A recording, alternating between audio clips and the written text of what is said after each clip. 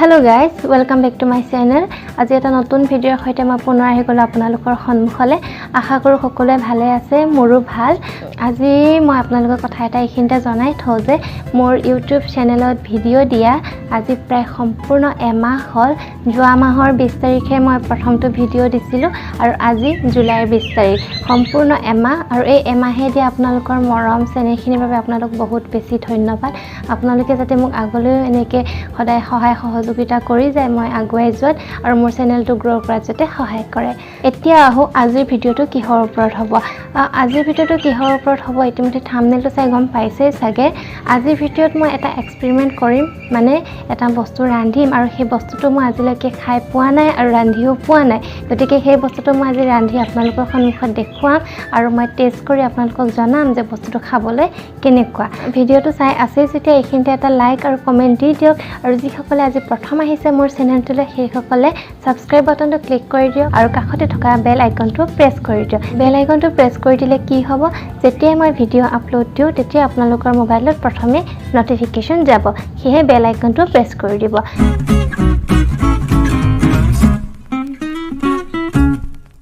এয়া মই ঘৰৰে দুটা কলডিল লৈছো আৰু কলডিল দেখি হয়তো আপোনালোকে গম পাইছে চাগে আজি কলডিলৰ ওপৰতে ৰেচিপি হ'ব।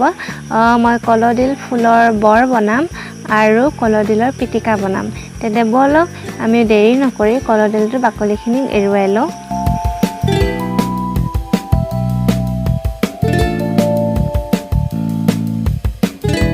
এয়া আমাৰ কলডিলৰ বাকলি এৰুৱাই হৈ গ'ল। এতিয়া কলডিলৰ ফুলখিনি আমি ধুনীয়াকৈ মিহি মিহিকৈ এনেকৈ কুটি ল'ম। ইমানো মিহিকৈ কুটিব নালাগে, মজলীয়া আকাৰত কুটি ল'লে হ'ল। এয়া কুটি হৈ গ'ল। এতিয়া এইখিনি মই অলপ তেলত ভাজিম আৰু সেইবাবে মই এতিয়া এটা কেৰাহীত তেল গৰম কৰি লৈছোঁ আৰু তেলখিনি গৰম হোৱাত মই ইয়াত অকণমান হালধি দিছোঁ। এতিয়া ইয়াত কলডিলৰ ফুলখিনি দি দিম। কলডিলৰ ফুলখিনি দিয়াৰ পিছতে এইখিনি ধুনীয়াকৈ এনেকৈ হাতেৰে মিলাই ল'ম আৰু এতিয়া ইয়াত সোৱাদ অনুযায়ী অকণমান নিমখ দিম। নিমখখিনি দিয়াৰ পিছতে আকৌ এনেকৈ মিলাই ল'ম। এইখিনি আমি বেছিকৈ নিসিজাওঁ, আধা সিজিলে আমি কেৰাহীৰ পৰা নমাই থ'ম। কলডিলৰ ফুলখিনি আধা সিজা হোৱাত এতিয়া এনেকৈ এইখিনি কেৰাহীৰ পৰা নমাই থ'লোঁ। এয়া মই কলডিলৰ ফুলত দিবৰ বাবে বস্তুবোৰ ৰেডি কৰি আছোঁ। আদা নহৰু অলপ খুন্দি ল'লোঁ।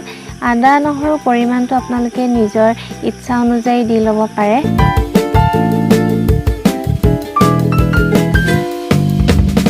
এয়া মোৰ পিঁয়াজ কাটিও হৈ গ'ল। এতিয়া মই বাৰীলৈ গৈ মান ধনিয়া আৰু জলকীয়া ছিঙি আনোগৈ।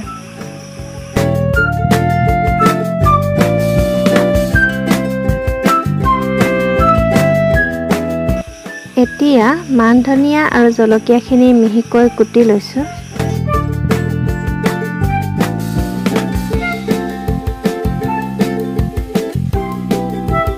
কলডিলৰ ফুলখিনিত এতিয়া কাটি থোৱা সকলোবোৰ বস্তুৱে এটা এটাকৈ দি দিম।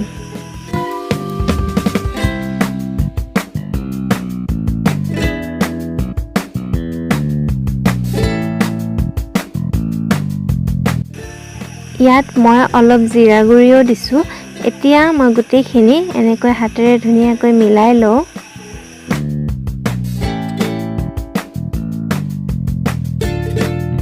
এয়া কলডিলৰ ফুলখিনি মিলোৱা হৈ গ'ল। এতিয়া ইয়াত মই বেচন 3 চামুচ দিম আৰু মই ধুনীয়াকৈ এইখিনিও মিলাই ল'ম আৰু ইয়াত কোনো ধৰণৰ পানী দিয়াৰ প্ৰয়োজন নাই। এয়া চাওক, পানী নিদিয়াকৈ মই এইখিনি ধুনীয়াকৈ মিলাই ল'লোঁ। এতিয়া এইখিনি মই পকৰি আকাৰ দিম। আপোনালোকে যিকোনো আকাৰ দিব পাৰে, মানে যিকোনো শ্বেপ দিব পাৰে। আৰু এতিয়া এইখিনি মই গৰম ৰিফাইন তেলত ডিপ ফ্ৰাই কৰিম। এতিয়া মই এয়া এটা এটাকৈ দি আছোঁ আৰু জুই হাই ফ্লেমত ৰাখিব নালাগে আৰু একেবাৰে ল' ফ্লেমতো ৰাখিব নালাগে, এটা মিডিয়াম ফ্লেমত ৰাখিলে হ'ল। এতিয়া মই এনেকৈ চামুচেৰে লৰাই থাকিব লাগে, নহ'লে জ্বলি যাব পাৰে। আৰু অকণমান সিজাৰ পিছতে আমাৰ পকৰা ৰেডি হৈ যাব। চাওক কি ধুনীয়া এটা কালাৰ উঠিছে।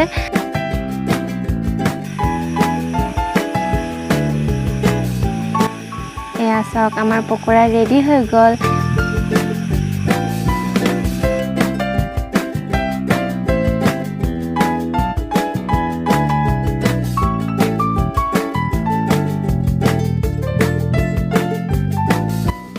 এইফালে মই দুটা কলডিল লৈছোঁ এই কলডিল দুটাৰ মই পিটিকা বনাম এতিয়া মই কলডিল দুটা এনেকৈ কাটি লৈছোঁ আৰু কাটি লৈ মই ইয়াত অকণমান পানী দিম আৰু পানী দি কুকাৰৰ ঢাকন মাৰি মই এইখিনি বইল কৰি ল'ম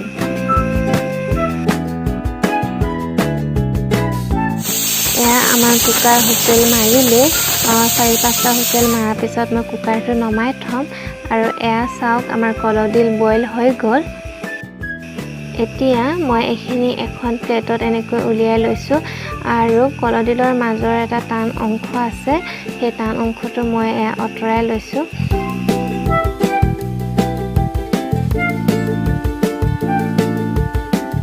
এতিয়া ইয়াত পিঁয়াজ আদা নহৰু পেষ্ট মান ধনিয়া জলকীয়া সকলোবোৰ দিছোঁ মানে অথনিৰ পৰা যিবোৰ বস্তু দিয়া হৈছিল সেই সকলোবোৰ বস্তুৱে ইয়াতো দিছোঁ কিন্তু ইয়াত মই অলপ কেঁচা মিঠাতেল দিম কেঁচা মিঠাতেল দিয়াৰ পিছতে মই গোটেইখিনি ধুনীয়াকৈ পিটিকি ল'ম আৰু পিটিকি লোৱাৰ পিছতে আমাৰ একেবাৰে সিম্পল কলডিলৰ পিটিকা ৰেডি হৈ গ'ল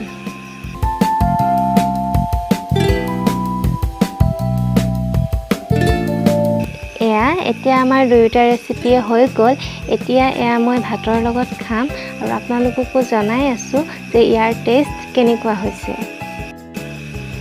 এয়া মোৰ ভাতৰ কাঁহী ৰেডি হৈ গ'ল আৰু আজি মোৰ ভাতৰ লগত আছে এয়া এতিয়া বনোৱা কলডিলৰ পিটিকা পকোৰা ৰঙালাও আৰু আলুৰ ভাজি গাহৰি মাংস আৰু টেঙা মৰা আৰু ইফালে অমিতাৰ খাৰ আৰু এতিয়া মই কলডিলৰ পিটিকা আৰু পকোৰাটো খাই লওঁ আপোনালোকক জনাই আছোঁ ইয়াৰ টেষ্ট কেনেকুৱা এয়া মই টেষ্ট কৰিব বহিছোঁ প্ৰথমে মই এইটো খাম পকোৰাটো খাম ক্ৰিস্পি পকোৰা ভাল ধুনীয়া হৈছে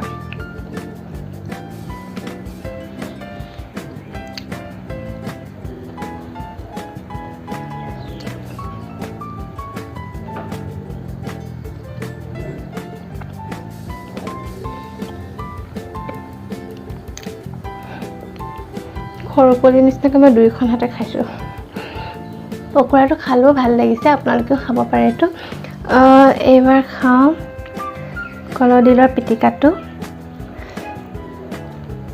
মোৰ অৱশ্যে কলডিল ইমান ফেভৰেট নহয় তথাপি বনাইছোঁ আজি যেতিয়া খামেই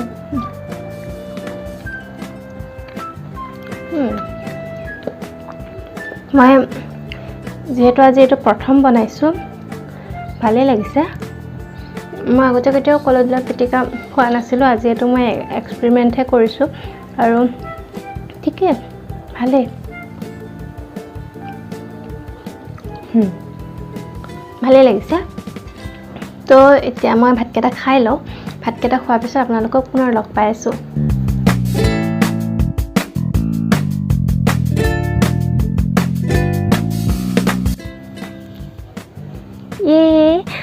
মই ভাত খাই আহি গ'লোঁ আৰু মোৰ আজি এক্সপেৰিমেণ্ট কৰা মানে কলডিলৰ পিটিকা বনোৱা ছাকচেছ হৈ গ'ল খাই ভালেই লাগিলে বাৰু আপোনালোকেও ঘৰত বনাই খাব পাৰে আৰু বহুত হেল্ডিও হয় ইয়াত বহুত বেছি পৰিমাণৰ আইৰণ থাকে আৰু আমাৰ মহিলাসকলৰ আইৰণ ডেফিচিয়েঞ্চি হৈ থাকে যিহেতু তো কলডিল মাজে মাজে খাই থাকিব লাগে আজি আপোনালোকৰ ৰেচিপিটোটা কেনেকুৱা লাগিলে জনাবলৈ নাপাহৰিব যদি আপোনালোকৰ ৰেচিপিটোটা ভাল লাগিলে আৰু ভিডিঅ'টো চাই ভাল লাগিলে তেনে লাইক কমেণ্ট কৰি দিয়ক আৰু আপুনি যদি মোৰ চেনেললৈ প্ৰথম আহিছে তেন্তে প্লিজ ছাবস্ক্ৰাইব কৰি দিব আৰু আজিৰ ভিডিঅ'টো ইমানতে বাই বাই